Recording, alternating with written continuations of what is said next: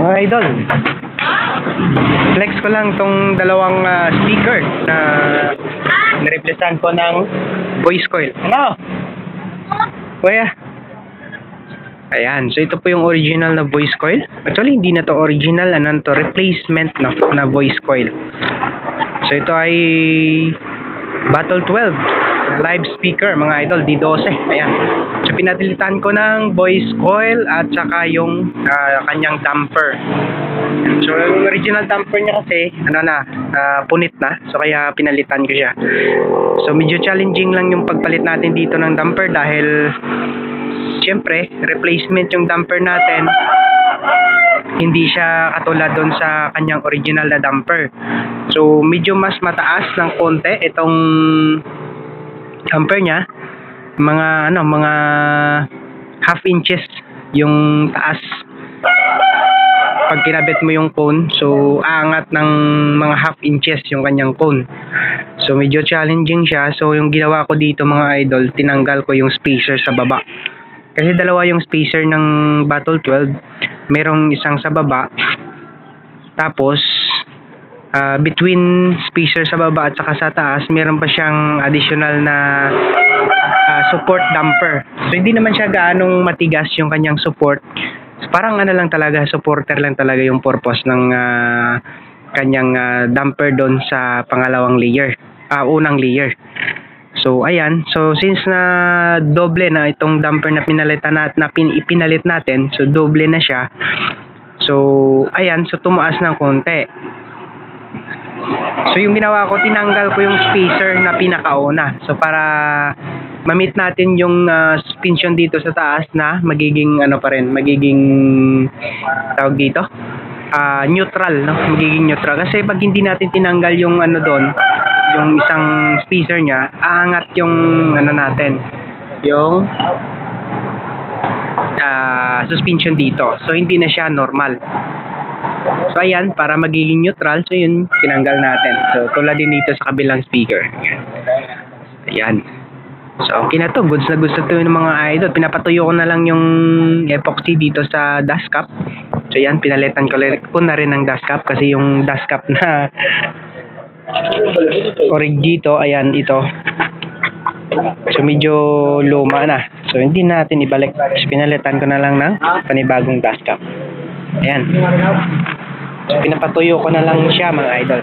Ayan. So patingin ko lang sa inyo yung puwet nitong speaker na to. Ayan. So Battle 12, live Battle 12. Ayan. Battle series ng live. So napakalakas nito, mga idol. Okay, so coil. Ayan. So tapos na. So ready to shift to ito, mga idol, no?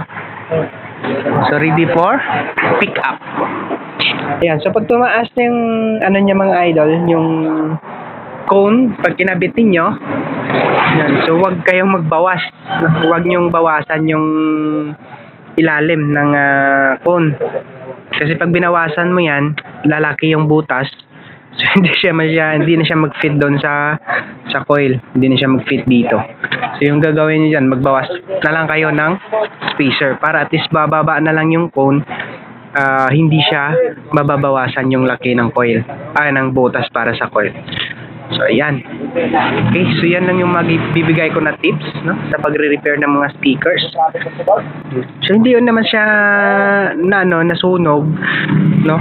Hindi naman siya masyadong nangitim. Ang problema lang, sumayad. Ayan, no. Yan. Sumayad siya. So hindi siya sunog pero sumayad. So isa din yan sa mga problema, no, ng mga pag-setting ng mga coils natin. Tapos tingin ko dito, medyo in-upgrade siguro, no, dahil rewinded na coil. So mukhang in-upgrade nila yung coil. Nagtiga. So in-upgrade nila, medyo pinalakihan nila ng konti.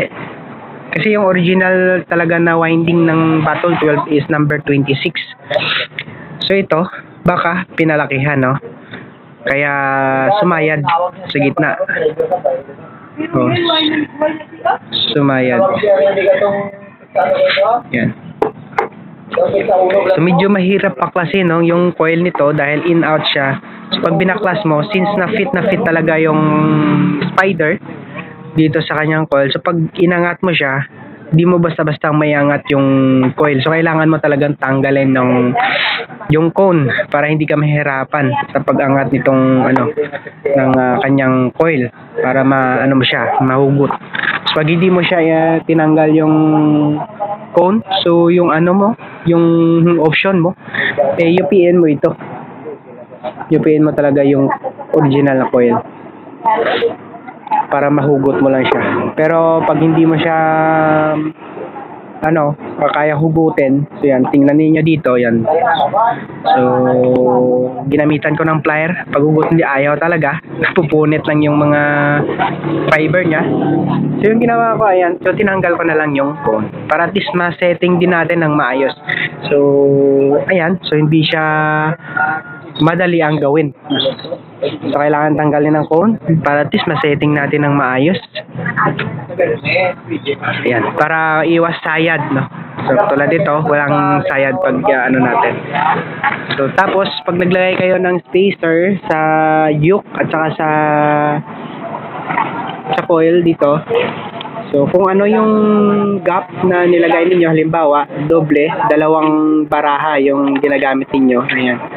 So lahat yan papalibot, so dalawang baraha lang, huwag kayong magdagdag. Halimbawa sabihin nyo, medyo kulang dito sa kabila, huwag yung dagdagan kasi yan, didikit dyan yung yung pag-sitting ng coil. So gagalaw yan doon kasi kung doon yung pinakamadikit, naglagay kayo dito, so didikit siya doon. So yun yung yung isa din sa mga dahilan kung bakit sumasayad yung kabilang side. So dapat kung dalawang baraha lang po yung nakapatong, so dalawang baraha lang din papalibot para at least yung gap ng yoke natin sa ating inner portion ng coil natin ay the same lang. So the same siya, walang dyan. Ayan, so tulad dito, walang sayad. Ayan. Okay, so same din dito sa kabila, mga idol. So nung unang gumawa kasi ako ng speaker, so ganun yung ginagawa ko. Sabi ko medyo dito medyo kulang ng baraha dito sa kabilang side, so dinagdagan ko. So wala naman sayad, pero pag talaga gumalaw ng konti o tumaas yung kanyang cone, so meron siyang konting sayad. So yun yung ginawa ko na lang sa mga kasi yung natin, first timer natin na ginawang speaker, so ganun talaga. So kailangan talaga fitting, no, parang pag yung nag-setting tayo ng pag bago pa lang tayo, nag-setting tayo ng coil, so parang ayaw talagang gumalaw yung coil natin dahil sa kakaano natin ng baraha. So pala, parang hindi pala yung good practice na sa mga ganong sa pagre-repair ng speaker. So yung ayun, so na-experience ko na yun. So nung may nagpapa-repair ulit ng speaker, so yun na lang yung ginagawa ko. So dalawang baraha na lang yung pumapatong. So depende naman yung sa gap ng ng yoke at saka yung laki ng coil. Ayan, so dalawang baraha lang. Uniform kumbaga sa papalibot para yung space ng natin ay the same lang. Yan. So maraming salamat mga idol, no? Hanggang dito lang muna yung vlog natin. So update lang ito sa ating YouTube channel dahil nga ay medyo busy tayo dito sa shop. Ayan, so nagsiramihan na naman yung mga repairs natin. So wala tayong time sa pagbablog. Ayan, so maraming salamat mga idol.